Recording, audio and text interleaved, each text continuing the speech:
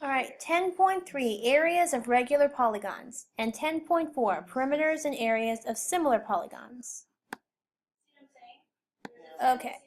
Postulate 10-1 states that if two figures are congruent, then their areas are equal. All right, and this is how you find the area of a regular polygon. A stands for apothem.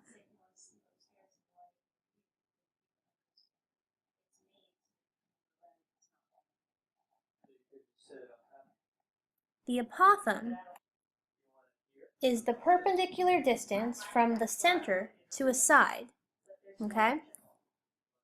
And P stands for perimeter. You guys all know what perimeter is.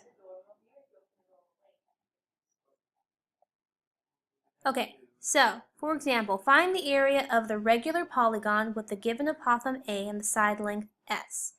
Okay, so it's a pentagon. The apothem is this, and a side length is this. So, the area is going to be 1/2 times A, which is 26.5, okay? And the perimeter. A pentagon has 5 sides, and a side length is 38.5, okay? So, write this over here. The perimeter is going to be 5 times 38.5. If you multiply those two numbers on your calculator, you end up with 192.5.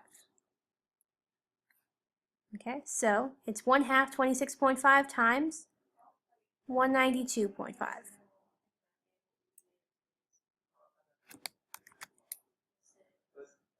And if you put all this in your calculator, you end up with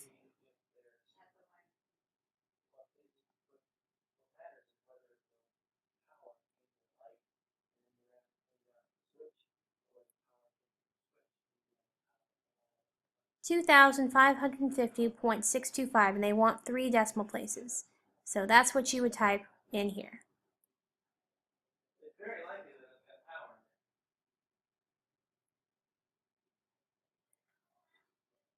Okay, find the area of the regular polygon.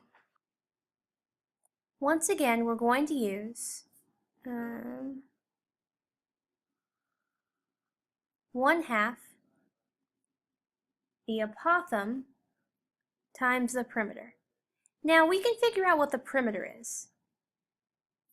One side is 30, and there are 6 sides, so the perimeter is going to be 180. Should we write this?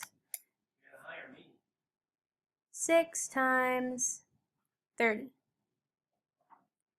which is 180. However, the apothem is a little bit trickier.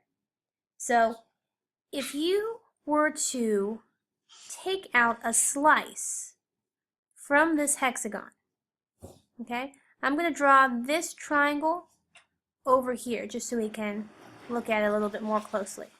Okay, so this is this triangle here, so 30 is on the bottom. I'm trying to find this distance, the perpendicular distance from the center to the side. Okay? Now, if you think about it, there are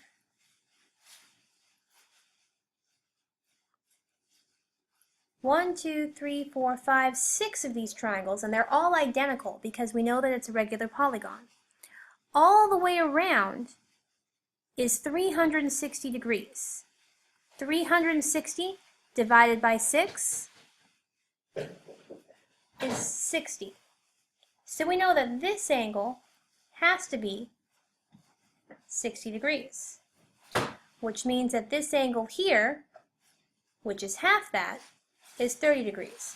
So this is 90 degrees, this is 30 degrees, which means that this has to be 60 degrees because all the angles in a triangle have to add up to 180.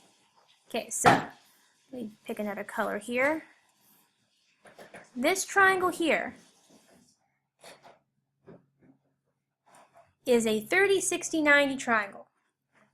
And if the whole thing is 30, then this half here has to be 15. Okay, now if you remember, in a 30, 60, 90 triangle, the long leg is root 3 times the short leg. So if this is 15, this has to be 15 root 3. So the perimeter is 180 and the apothem is 15 root 3. Okay, so now I'm going to plug all this in. I've got 1/2 times 15 root 3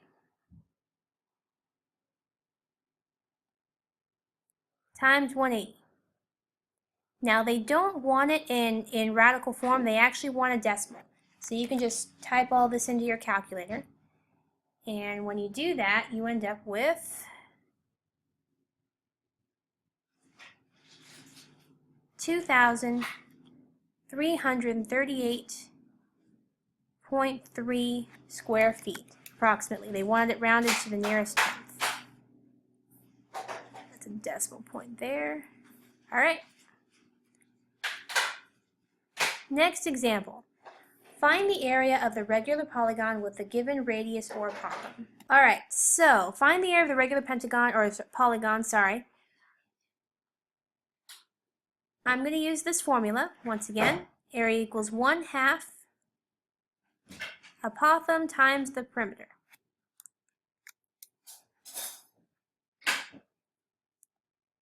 Let's look for the apothem first.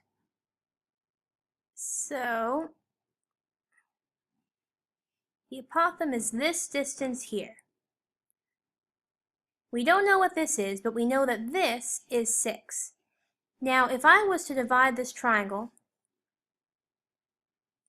like so, I've got 3 identical triangles. Once again, all the way around is 360. 360 divided by 3 is 120. Okay, so this angle here is 120. Let me just write over here.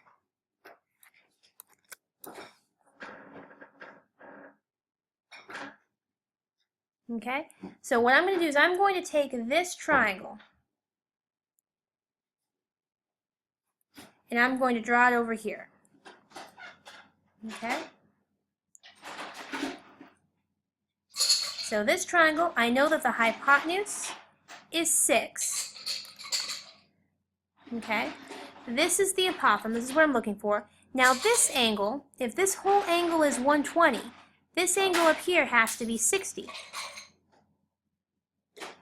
And if that's 60, then this has to be 30. So once again, we have a 30, 60, 90 triangle. Now, if you guys remember, the short leg of a 30, 60, 90 is half the hypotenuse.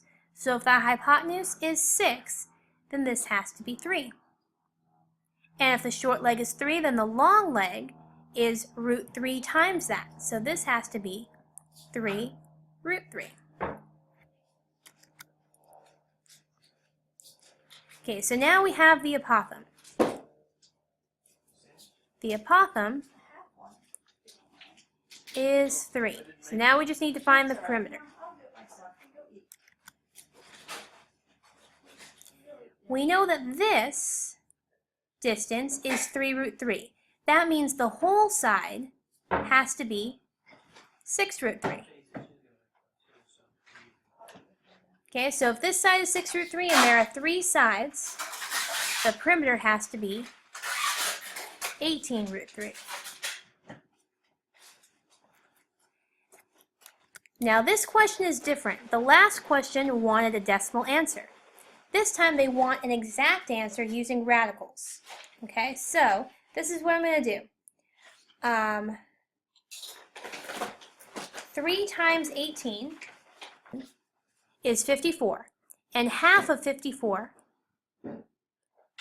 is 27. So this is going to be 27 root 3 centimeters squared.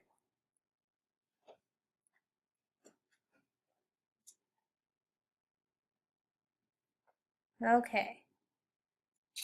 Find the measures of the angles formed by A, 2 consecutive radii, and B, a radius and a side of a regular hexagon. I went ahead and drew my regular hexagon. they're looking for the measure of the angle formed by two consecutive radii. So I'm going to draw a radius here and a radius here. So basically, for part A, they're looking for this angle. Now, there are 1, 2, 3, 4, 5, 6 of these identical triangles around. And all the way around the circle is 360. 360 divided by 6 is 60 degrees. So the measure of the angle formed by two consecutive radii is 60 degrees. Okay, and the degree symbol is already written for you, so you just have to write the number. Now they want the measure of the angle between the radius and a side. So now they're looking for this angle. Okay, so I know that this angle is 60 degrees, and I know that these two angles have to be identical. They have to be congruent. All three angles have to add up to 180. So if this is 60, these two angles have to add up to 120, because 120 plus 60 is 180. All right, so if these two angles have to add up to 120, and they're congruent, then each of these angles have to be 60 each, because 60 plus 60 is 120. So the measure of the angle between a radius and a side is 60 degrees. Now keep in mind, this example I did, you guys are going to have one that's very similar in your homework. It may not be identical answers. You might get two different answers here. Okay, it just so happened that it worked out that I had equilateral triangles going all around here. All right. Now, you can use ratios to compare the perimeters and areas of similar figures. If the scale factor of two similar figures is a to b, then the ratio of their perimeters is also a to b. And the ratio of their areas is a squared to b squared. So let's do an example. Whoops. There we go. The pair of figures to the right are similar. What is the ratio of the perimeters and the ratio of their areas? All right, so let's take a look here. We have this side is 15 inches and this side is 35 inches. So the ratio of this side to this side would be 15 over 35. Okay? Now I can simplify this. I can divide top and bottom by 5. When I do that, I get 3 over 7. So this is your scale factor. There's a scale factor of 3 to 7. This is my A and this is my B. Now the ratio of my perimeters is just A to B. So the ratio of my perimeters is 3 to 7. The ratio of the areas is A squared to B squared. 3 squared is 9 and 7 squared is 49. So the ratio of the areas is 9 to 49. All right, next example. The pair of figures to the right are similar. The area of one figure is given. Find the area of the other figure to the nearest whole number. All right, so the area of the smaller parallelogram is 15 square feet. Before we do anything with that, let's find the scale factor. The scale factor is going to be 5 over 35. Once again, I can simplify. If I divide top and bottom by 5, whoops.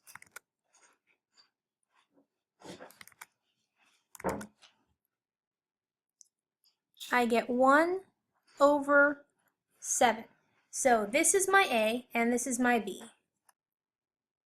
If this is A over B, then A squared over B squared is going to be 1 over 49, because 1 squared is 1 and 7 squared is 49. So this is the ratio of the areas. Now I don't know the area of the bigger figure, but I do know the area of the smaller figure. So if the ratio is 1 over 49, then I'm going to have this equal to 15 over x. And then I just cross multiply. So I've got x equals, on your calculators, if you do 15 times 49, you'll get 735 square feet. Now the square feet's already written there for you. You just need to type in the number, 735. Okay, next example. Okay, the scale factor of the dimensions of two similar wood floors is 4 to 3. it costs $198 to refinish the smaller wood floor. At this rate, how much would it cost to refinish the larger wood floor? Okay, so once again, I've got a scale factor of 4 to 3. When you're refinishing wood, you're dealing with area, okay? So if this is my A and this is my B, I'll label that there. A squared is 16 and B squared is 9. So I've got 16 over 9. Now I don't know how much it will cost to refinish the larger wood floor. So I'm just going to call that X. But I do know that the smaller wood floor is going to be 198. So my proportion is going to be 16 over 9 equals X over 198. And then I just cross multiply. So I've got 9x equals, and on your calculators, if you multiply 16 times 198, you'll get 3,168. Then you just divide by 9. X equals 352.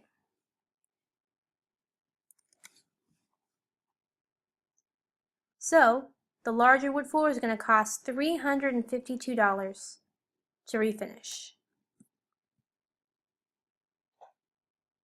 Okay, last example. Find the scale factor and ratio of perimeters for a pair of similar octagons with areas 36 feet squared and 64 feet squared. So before we were given A and B.